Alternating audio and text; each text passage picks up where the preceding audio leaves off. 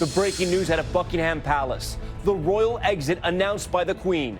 Prince Harry and Meghan no longer using Royal Highness titles. The Queen's personal message about her grandson. Viral outbreak. The search for possible carriers at major American airports tonight. China confirming more cases of the mystery illness as officials around the globe grow more concerned. Lethal force. The fatal moment between police and a suspect on the run, leading officers on a wild chase down I-95 in a stolen car. The suspect, allegedly armed with a knife, shot 7 times by officers. Violent clashes. The wild scene out of Beirut as rioters clash with police long after dark. The army ordered to move in and restore calm. The economic crisis fueling that anger. Plus, locust invasion. The swarm 37 miles long and 25 miles wide, threatening crops. Why scientists are calling it the worst outbreak in 25 years. From ABC News, this is ABC World News Tonight.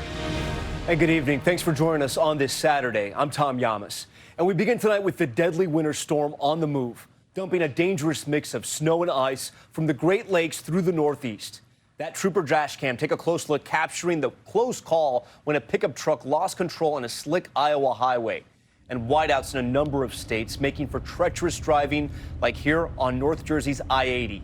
Blizzard conditions hammering parts of the high plains and upper Midwest. 70 million Americans facing winter weather alerts, hundreds of flights canceled, and stretches of interstate shut down. ABC's Kaylee Hartung experiencing that fast-moving system firsthand in Detroit tonight and starting us off.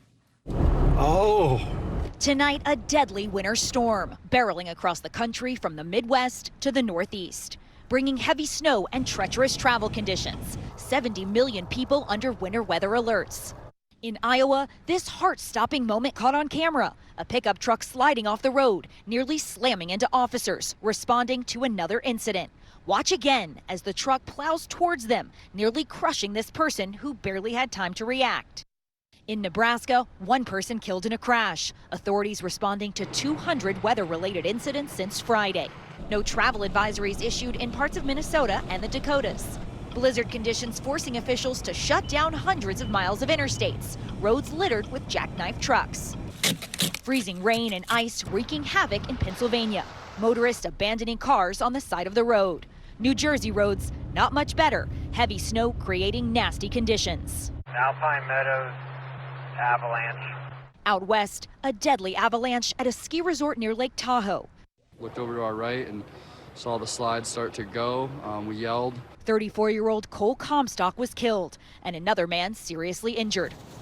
All right, Kaylee Hartung joins us now from Detroit. And Kaylee, we're just learning about a plane skidding off an icy taxiway in Illinois. That's right, Tom. A Delta flight headed for Detroit slid as it was taxiing at Quad City International Airport in Illinois. Officials report icy conditions there. No one was injured. Across the country, nearly 700 flights have been canceled and more than 2,700 have been delayed. Tom. Kaylee Hartung leading us off tonight from Detroit's airport. Kaylee, thank you. Now to meteorologist Greg Dutra from our ABC station WLS. He joins us now with more on that fast-moving and deadly storm. Greg, good evening.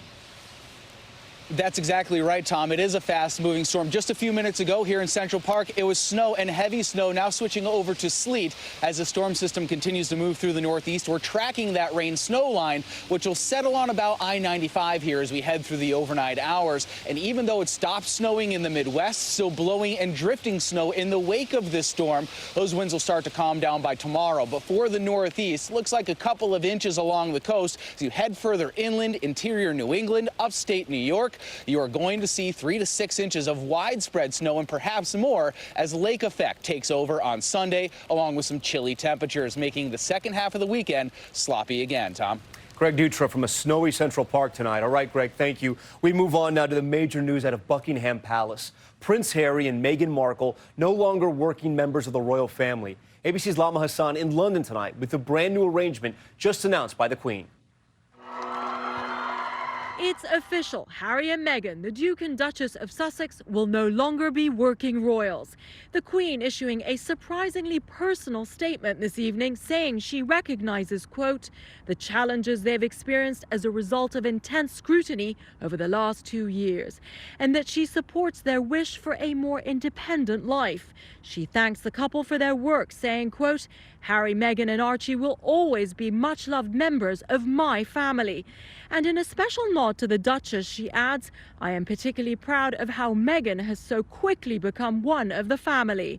The palace confirming the couple will no longer represent Her Majesty, nor will they use their Royal Highness titles, but will remain the Duke and Duchess of Sussex. Duchess of Sussex. They will also no longer receive public funds and can now earn a living, but, quote, everything they do will continue to uphold the values of Her Majesty. The Queen is being quite robust by saying they can't trade on their royal titles. She's making it very clear they cannot in any way tarnish the brand of monarchy. Palace sources also revealing this evening that Harry and Meghan now plan to spend the majority of their time in North America, but will keep Frogmore Cottage as their UK residence. All right, Lama Hassan joins us now live from London. And Lama, after all the uncertainty of recent weeks, tonight's announcement doesn't mean Harry and Meghan will completely disappear from the public spotlight when it comes to the royal family. You're absolutely right, Tom. Yes, Harry is sixth in line to the throne. He will remain a prince and he is still part of the royal family, which means that he will continue to attend big family events like the Queen's elaborate birthday celebrations. Tom. Lama Hassan for us tonight. Lama, great to have you tonight. Thank you. Next to the growing health scare, the respiratory virus outbreak coming from China, now setting off global concerns. At least 2 people dead and dozens sick. And the new fears tonight that the numbers may be grossly underestimated. More now from ABC's Stephanie Ramos. Tonight, passengers are being screened at 3 U.S. airports for a new virus causing concerns among health officials.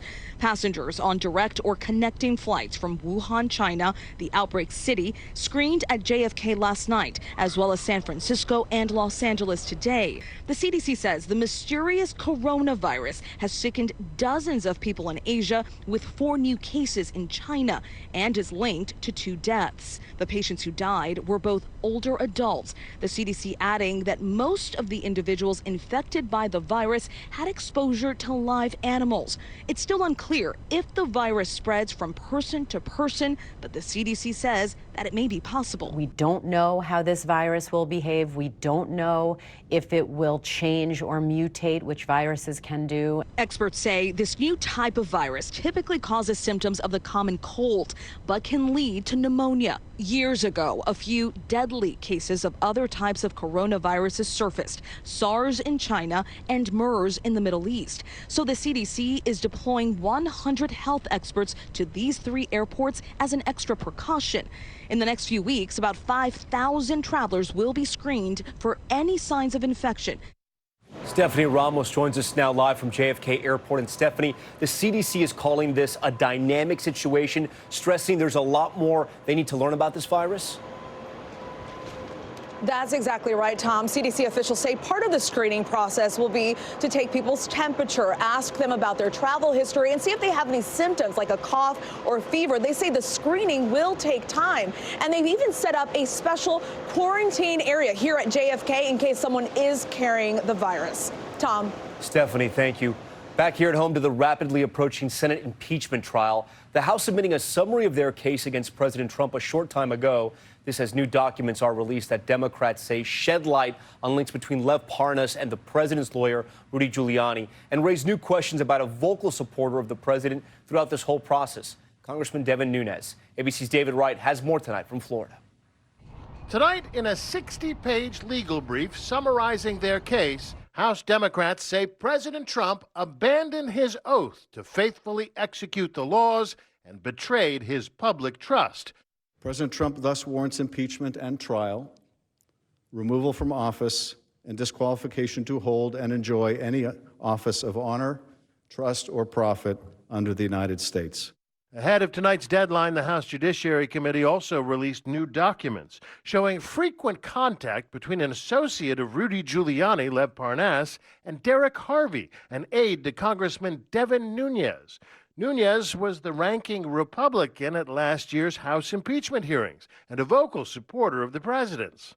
Nothing we have heard establishes a claim that the president acted improperly in his dealings with Ukraine. I was in shock when I was watching the hearings and when I saw Devin Nunes sitting up there.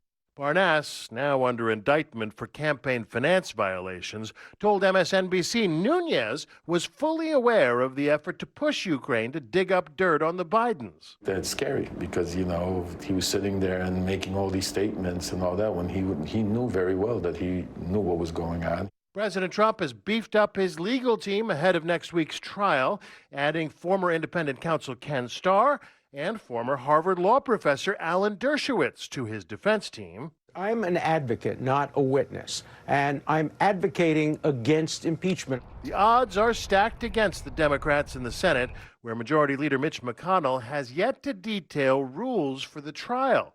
Republicans control more than half the seats. Unless 4 Republicans break ranks, there may not even be any additional witnesses. I'd like to see these witnesses, these documents, and the ability of both House and the president's lawyers to cross-examine whatever witnesses we've got. Tonight, just a short while ago, the president's lawyers filed their first formal response to the 2 articles of impeachment, a 6-page letter forcefully denying the charges as unconstitutional and calling the effort to remove Trump dangerous. Tom? David Wright with that new development tonight. David, thank you. And this programming note, tomorrow morning on This Week, George speaks exclusively with lead House impeachment manager Adam Schiff and attorney Alan Dershowitz of the president's defense team. And the Senate impeachment trial causing an unexpected scramble for Democratic senators in the 2020 presidential race. Their schedules upended in the critical final days before the Iowa caucuses. A New Hampshire primary, of course. Here's ABC's Rachel Scott.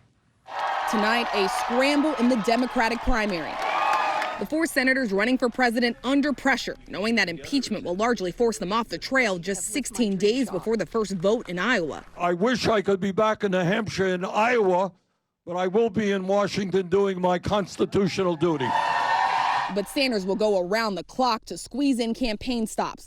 On Wednesday, he plans to fulfill his impeachment duty, then charter a plane for a nighttime event in Iowa, then fly straight back to D.C., 1,700 miles in just hours. While those senators are sitting as impeachment jurors, their rivals will be taking advantage. Former Vice President Joe Biden plans to spend nearly all his time here, but brushed off the state as a must-win. Mr. Vice President, how critical is a win in the first 2 contests for your campaign?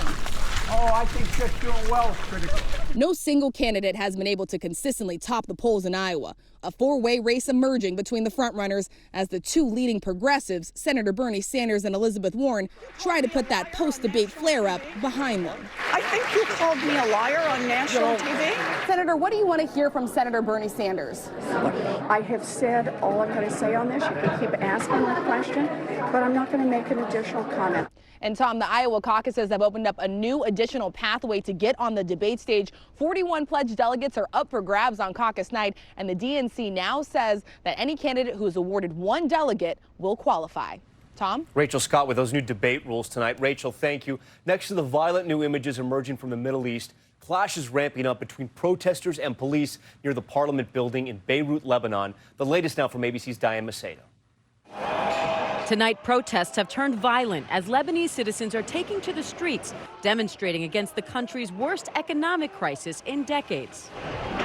Protesters gathered near the Parliament building in Beirut, hurling rocks and grabbing branches to use against riot police. Along the way, demonstrators also used lasers and shot off fireworks at security officials who cracked down with tear gas, rubber bullets, and water cannons. Fire trucks and ambulances rushed through the streets after the tent encampment housing many of the demonstrators went up in flames. The Lebanese Red Cross says more than 100 people have been treated for injuries, with at least 65 more hospitalized from both sides. The protests, which started in October, were revived this week due to anger over a failing economy. Demonstrators blame the ruling elite for the dire economic situation, citing widespread corruption. The Lebanese president has ordered the country's army and security commanders to restore calm. Tom, part of the issue is that politicians there haven't agreed to a new cabinet or a new economic plan. The hope now is that they find a way forward and bring an end to this violence. Tom? Diane, thank you. And here in the U.S., protesters by the thousands